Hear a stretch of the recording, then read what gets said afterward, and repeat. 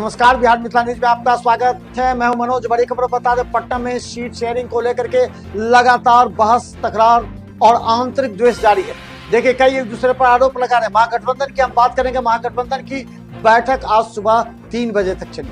उसके बाद बता दें, उसके बाद 3-4 घंटे के बाद फिर 9 बजे के बाद सभी दल अपने अपने जो अपने नेता हैं उनके साथ बैठक की। कांग्रेस की अलग बैठक हुई, वाम दलों की अलग बैठक हुई, वो 12-1 बजे तक चलती रही। इसके बाद मुकेश सहनी, चूंकि मुकेश सहनी अपने दल में सर्वे सर्वा है और उन पर छोड़ दिया गया कि आप जो निर्णय लीजिए, तो मुकेश सहनी खुद, लेकिन मुकेश सहनी अंदर से परेशान है क्योंकि मुकेश सहनी पर दबाव पड़ रहा है ये कि देखिए, कांग्रेस को और वाम दलों को जो सीट देनी है और जेएमएम को, उसके हिसाब से आपका जो स्ट्राइक रेट रहा है, उस स्ट्राइक रेट लोकसभा हो या फिर अन्य चुनाव को देखते हुए उस पर आपके स्ट्राइक रेट कम है। इसलिए वाम दल सबसे ज्यादा मुकेश सहनी पर नाराज है, वीआईपी पर नाराज है। उनका कहना है वाम दल जो है वो कांग्रेस आरजेडी के साथ चुनाव में एकदम हमेशा रही है, कभी इधर से उधर नहीं होती है। वाम दल वो हमेशा बीजेपी के खिलाफ रहती है। ऐसे में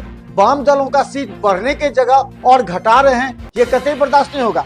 वाम दल साफ कर चुका है। सीपीआई, सीपीएम और माले इसको 20 सीट के अंदर समेटने की जो प्रक्रिया थी और 20 सीट अकेले मुकेश सहनी को, इसका विरोध किया गया है, समझ लीजिए।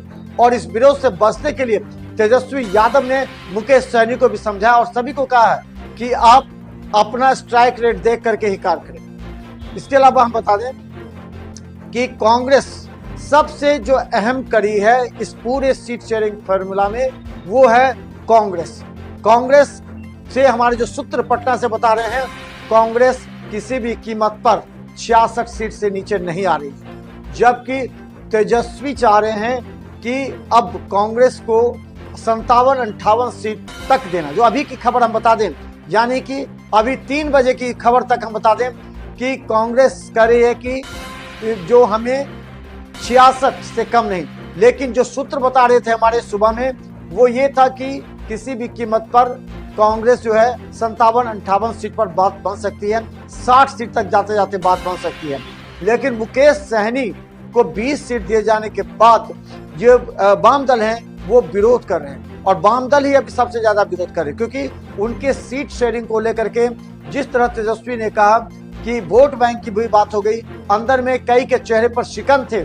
जो बता रहे हैं सूत्र, जो अंदर में बैठक कर रहे थे, उन लोग के चेहरे पर शिकन थी।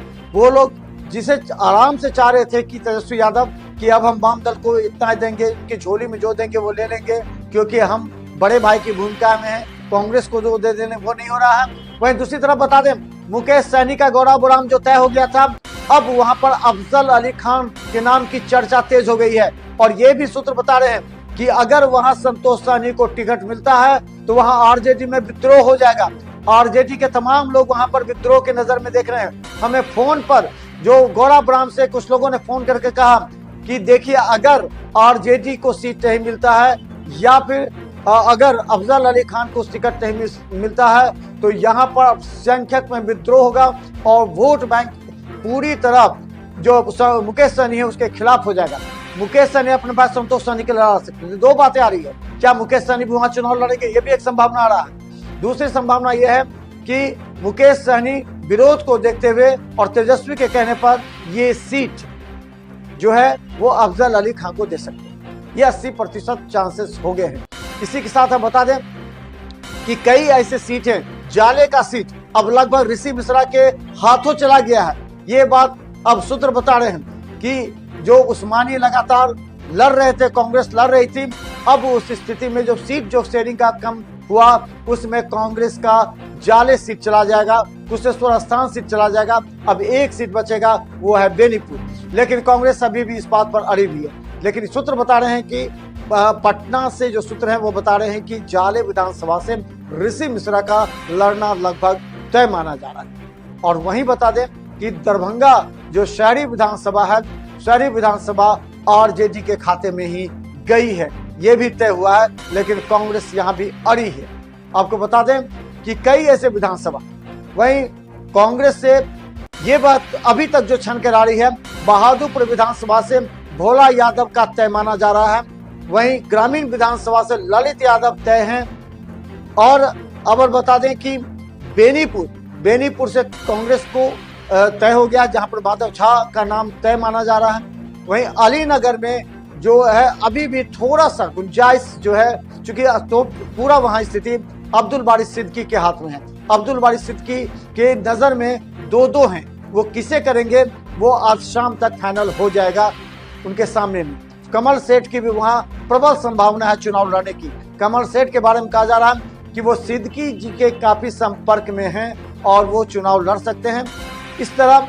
लेकिन दो ब्राह्मण को सीट लड़ाने को लेकर के राजद के अंदर विद्रोह है। तो इस तरह बातें अब जो छन कर सामने आ रही है उसमें यही है कि अब कांग्रेस, आरजेडी और वाम दलों का जो ज्वाइंट कॉन्फ्रेंस आज होने वाला था वो आज नहीं हुआ। वाम दल देर रात तक आज बात करेगी। अगर आज कांग्रेस और वाम दल दोनों मान गए तो फिर समझौता कल हो सकता है, कल प्रेस कॉन्फ्रेंस हो सकता है। तो देखते रहिए बिहार नेता न्यूज। पटना से जुड़ी सीट शेयरिंग को लेकर के हर खबर आप तक पहुंचाने का प्रयास करेंगे। यूट्यूब में सब्सक्राइब कीजिए, हर अपडेट राजनीतिक खबर देखिए। GTPL सिटी केबल 10 पर लाखों लोग हमें देख रहे हैं। धन्यवाद।